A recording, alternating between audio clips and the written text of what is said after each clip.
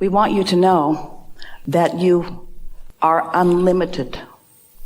We want you to know that you are asking scantily with what is available to you. In other words, don't be shy about asking. But this is the most important thing. Your vortex is filled with details that you've put there incrementally. You, like most people, have put all of these things into your vortex in an incremental fashion. And since they've been there, they've been gathering cooperative components. They have, you might say, taken on a life of their own. They have, you might say, gathered other positive aspects to them. They have, you might say, gathered momentum. And if you were to look, you might not recognize them because you've been putting them there incrementally. So sometimes we like to say, in fact, we say it all the time, that one of the wonderful things about getting into this sweet spot of alignment is that as thoughts occur to you, there are continuing surprises and delights for you. So what we are saying to you is, the reason that you want to know what's there is because you don't know that you can see it. And we want you to know that it's all right that you can't see it, because it's everything that you want, and it's become more, and it is going to occur to you. You're going to be the realizer of it. It is revealing itself to you continually, but you will be the realizer of it.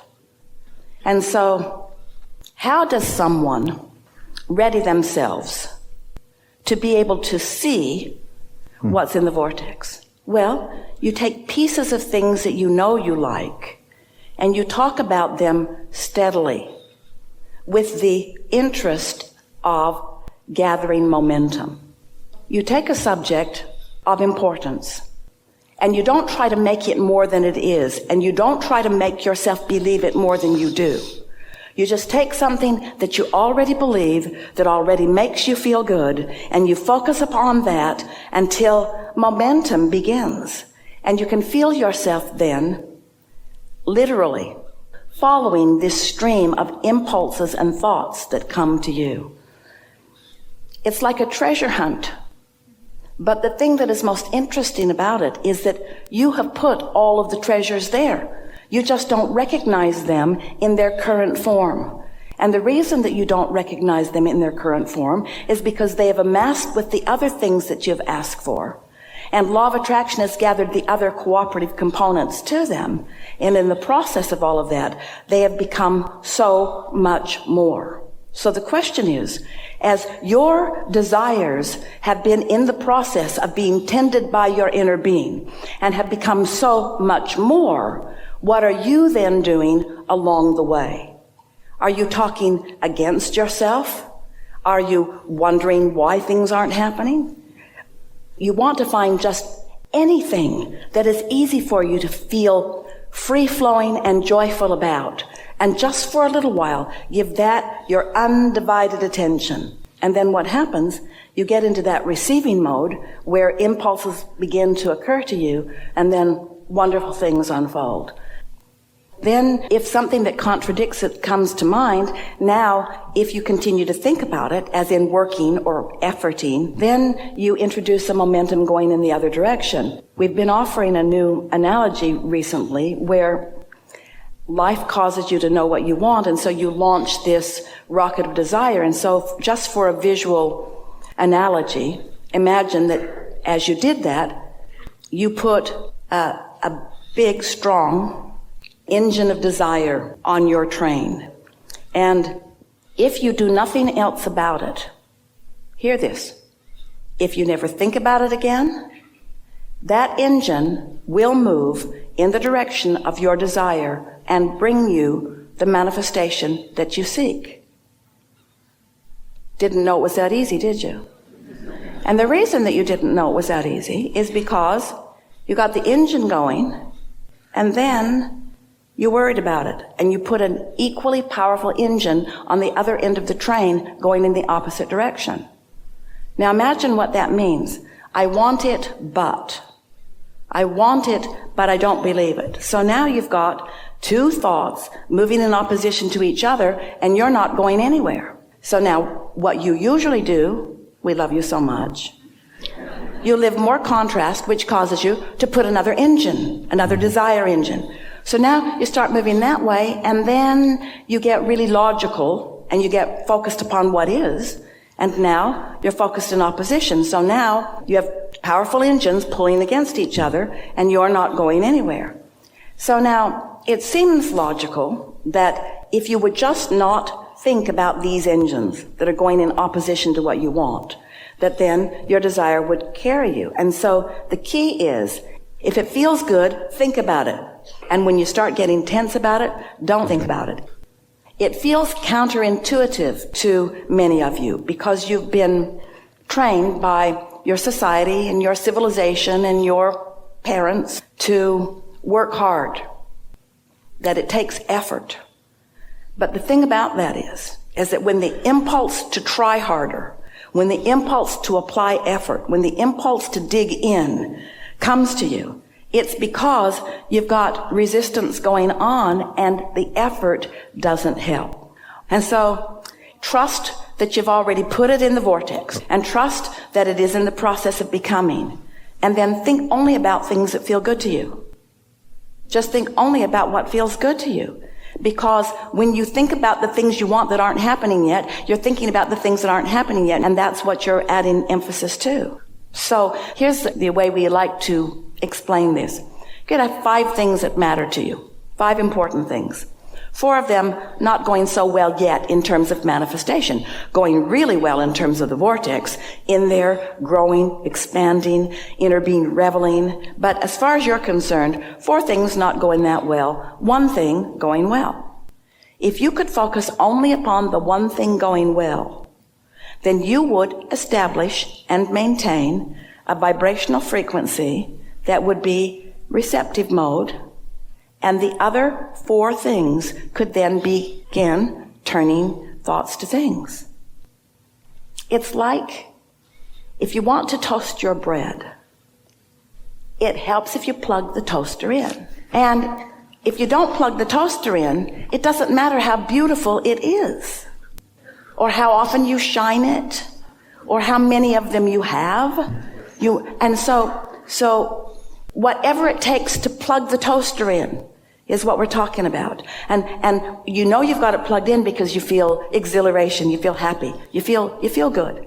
And the more you focus upon what makes you feel good, then the more momentum you gather about that. And the more momentum, the more established the connection. This is a wired microphone.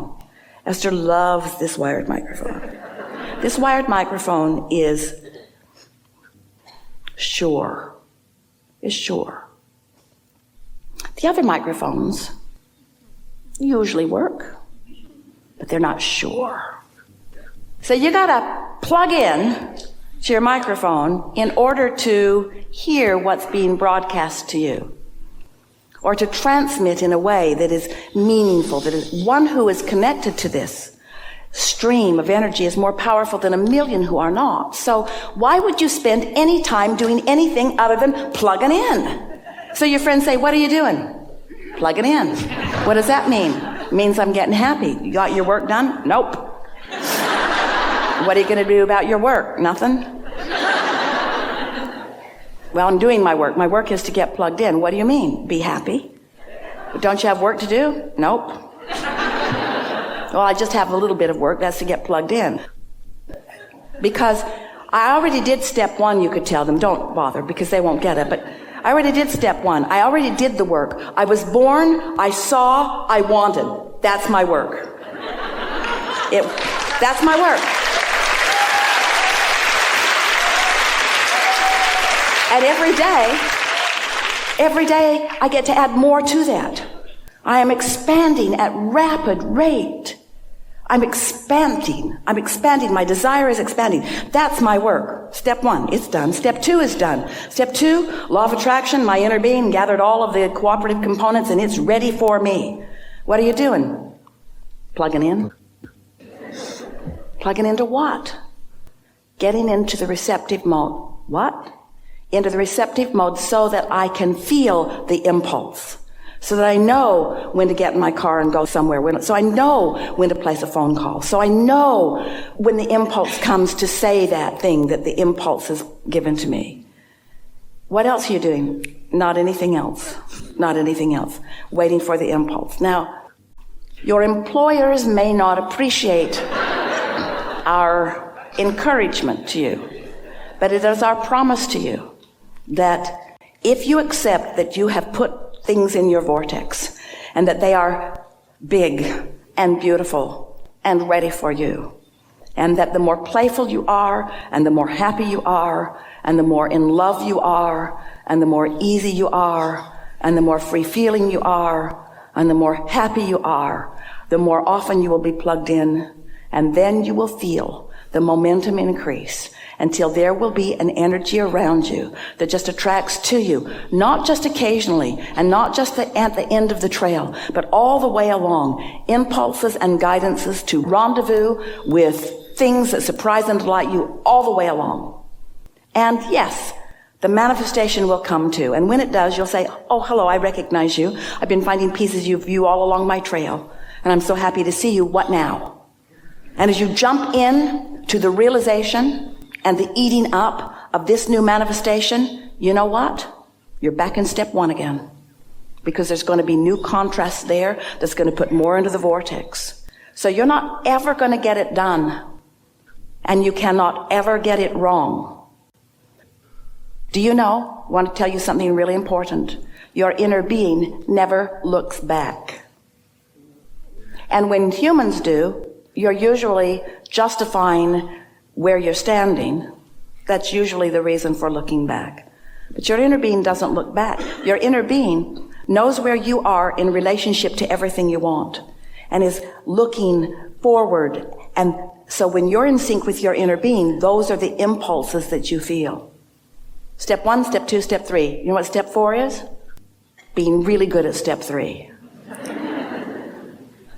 The reason that step 4 is such a good step, even though it's exactly like step 3, it's just better at it, is because it's the consistency that is necessary before the thought can really get enough momentum going that you get the idea, and that when you get it, you don't kill it with your doubt.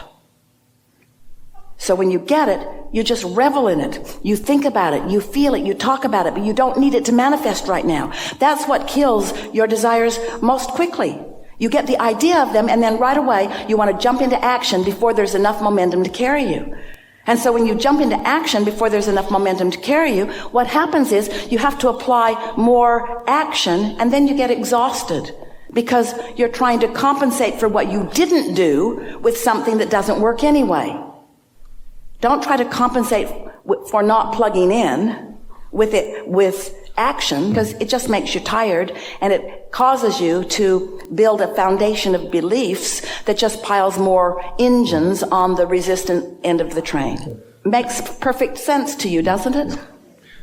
And so, are you looking for problems, or are you on the hunt for solutions? Can you find an answer if there isn't a question? And can you discover the thrill of a solution if there isn't a reason for a solution? Step 5 is being back in step 1 and not being mad at yourself. Step 5 is understanding the importance of the contrast and not looking at it as a failure, knowing that if you don't ask the question, there can't be an answer, and if you don't see a problem, there can't be a solution, and if you don't know what you don't want, you don't know what you do want. In other words, it is so important, this contrast that helps you focus. There is always value in the contrast, no matter how it feels to you in the moment. There is great love here for you. And always we remain joyously in your vortex.